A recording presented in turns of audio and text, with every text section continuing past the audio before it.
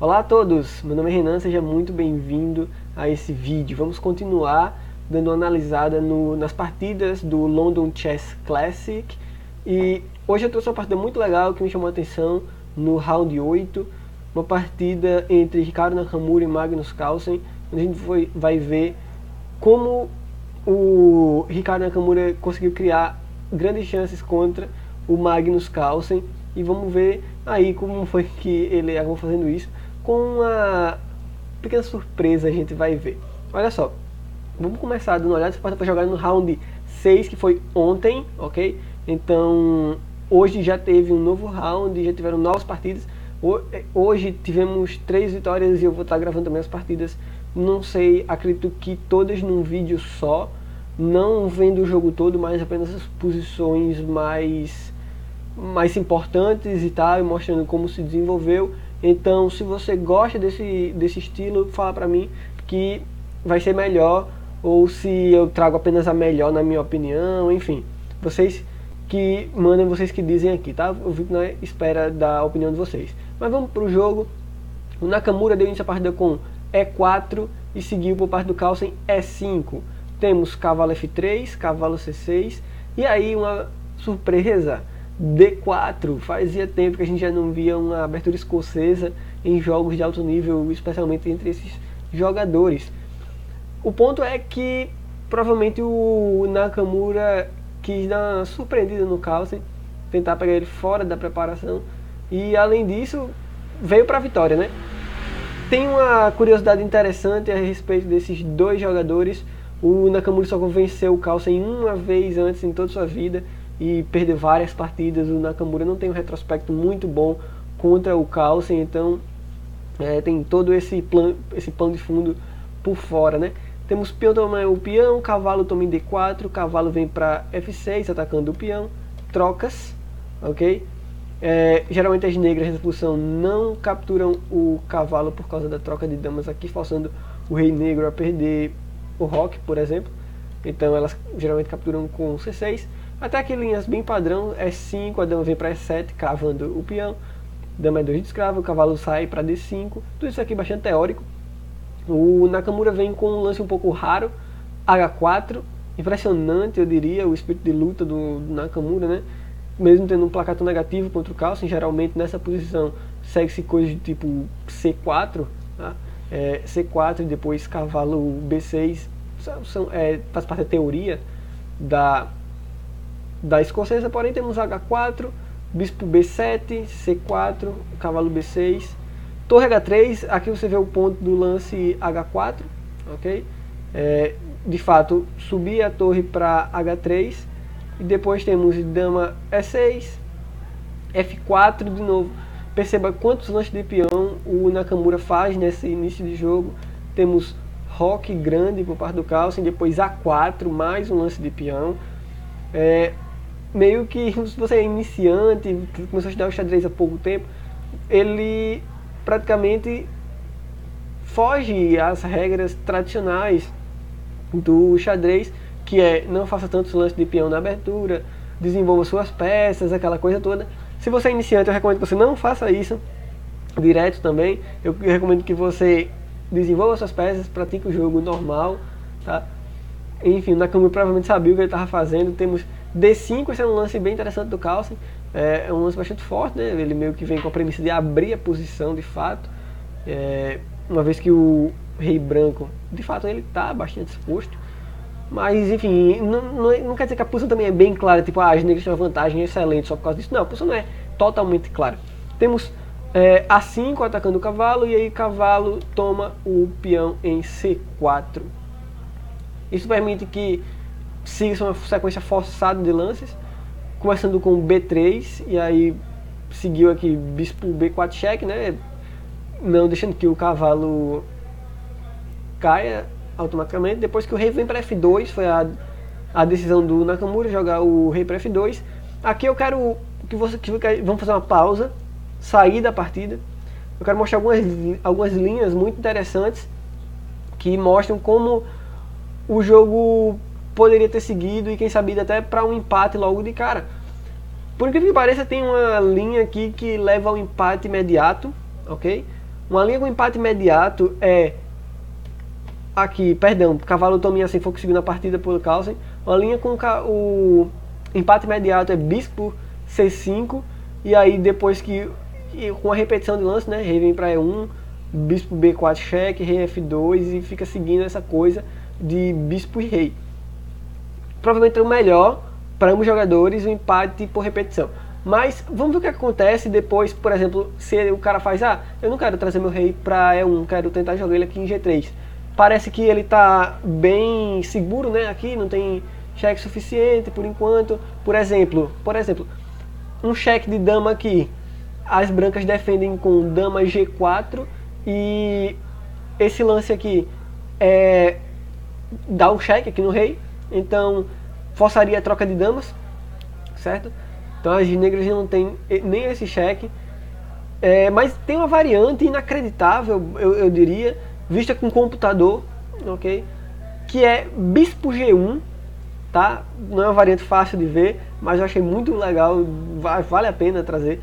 Bispo G1, tirando algumas casas de escape aqui do rei, tá? O rei não vai poder vir para essas casas. Depois de A6, por exemplo, o bispo vir para A8, peão tomar o cavalo em C4, brancas com uma peça a mais, e aí depois disso, outro lance bastante bacana, eu diria, muito legal, H5. O ponto é tomar o controle dessa casa e não deixar que a dama das brancas venha para cá, e agora tem aquela possibilidade do cheque da dama em G6.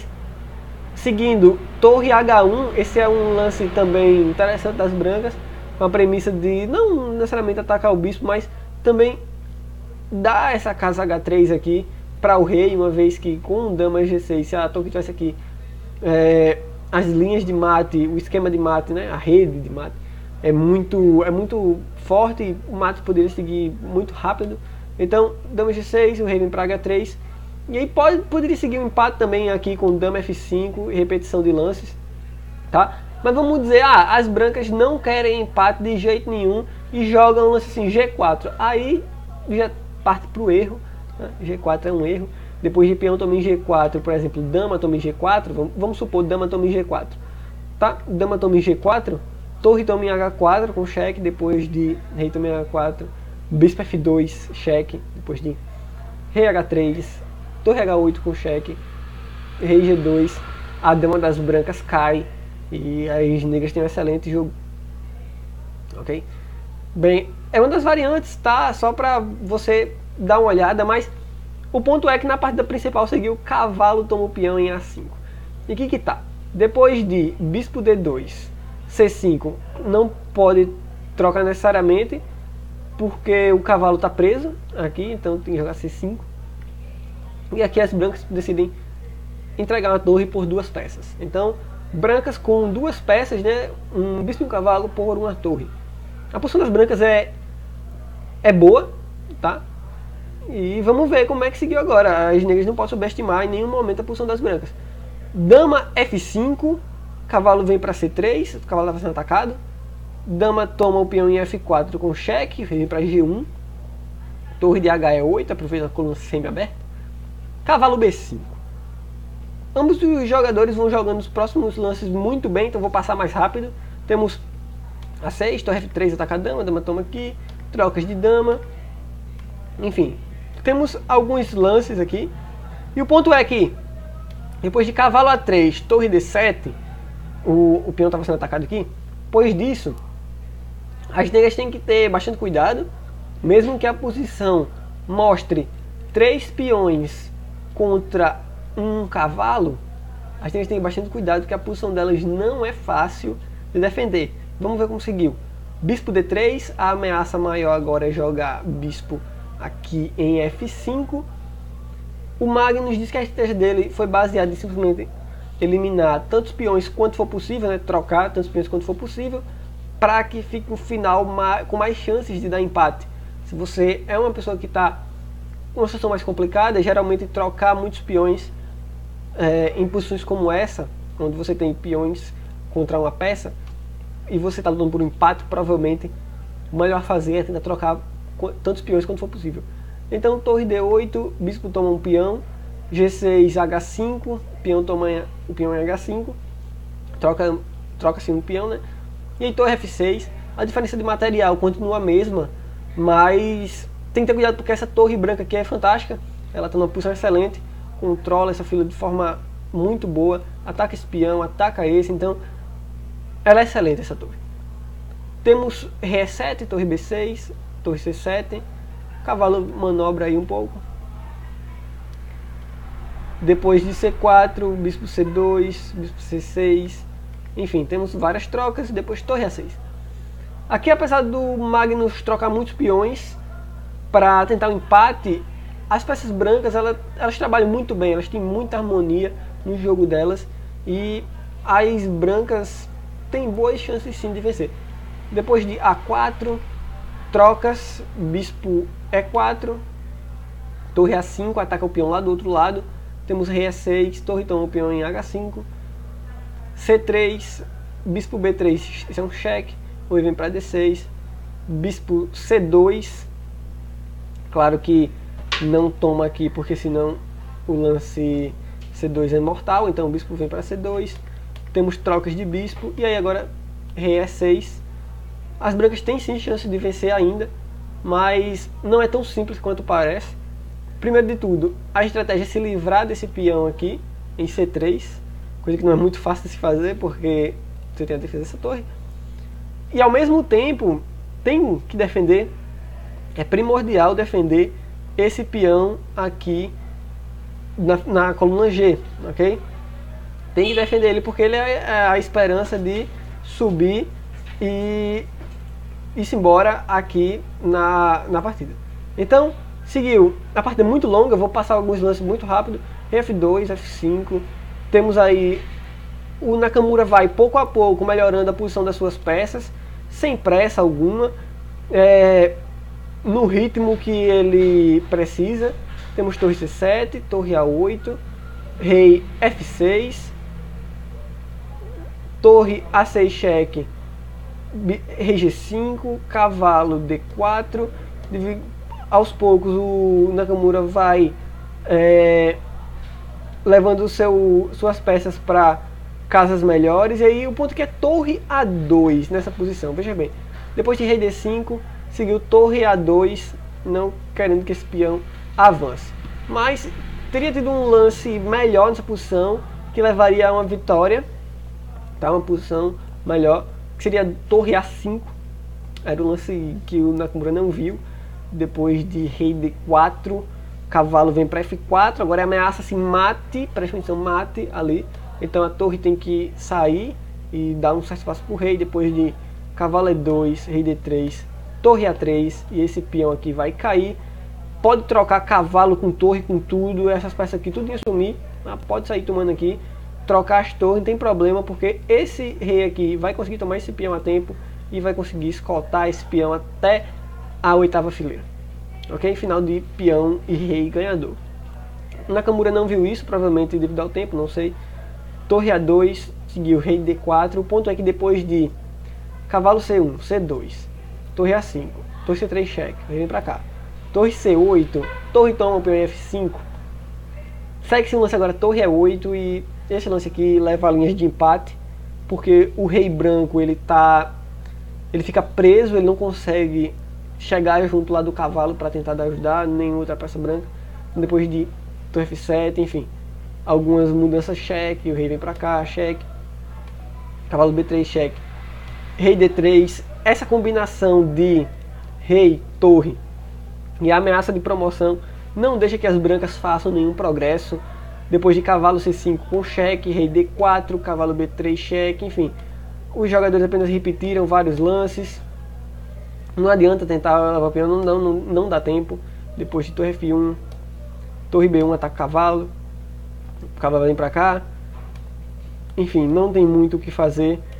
Os jogadores no lance número 73, que é esse, cavalo B3, repetiram posição e simplesmente acordaram um empate. E o que foi que eu achei legal nessa partida para trazer para vocês?